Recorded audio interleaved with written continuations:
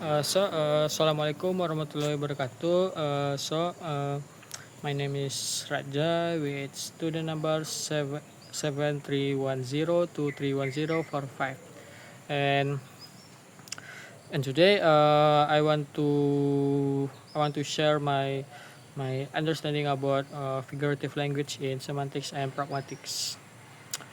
I will start with the basic, and I will talk about uh, literal and figurative language. For my understanding, literal language is when words means exactly what they say. For example, he's sitting under a tree. So this is factual. This is factual, clear and direct. There is no hidden meaning in this word.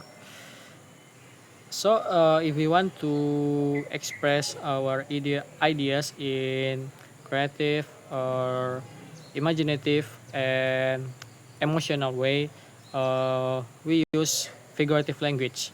For my understanding, figurative language is using words or expressions to using words or expressions and I'm sorry, let me repeat. Figurative language is when we using words or expressions with different meaning from its literal interpretations. There are like several types of figurative language, and for the first one is uh, metaphor. From my understanding, metaphor is like when we compare two things by saying one is the other. For example, time time is a thief. It means that time doesn't really steal things, but this metaphor suggests that time can take moments for us quickly and silently. And for the next, there is like I'm sorry, let me remember about that.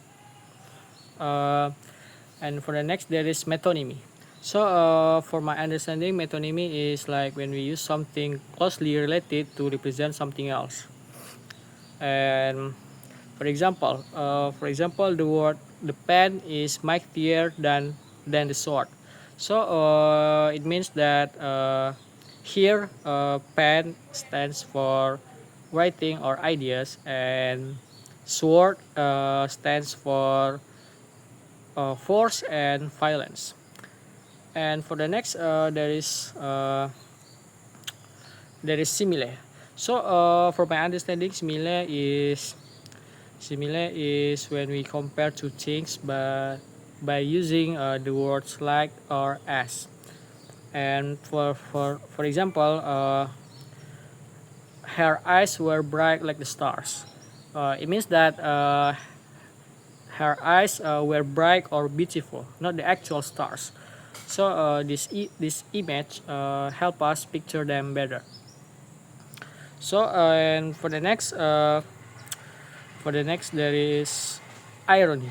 From my understanding, irony is when there is something contrast between what is said or expected and what actually happens. For example,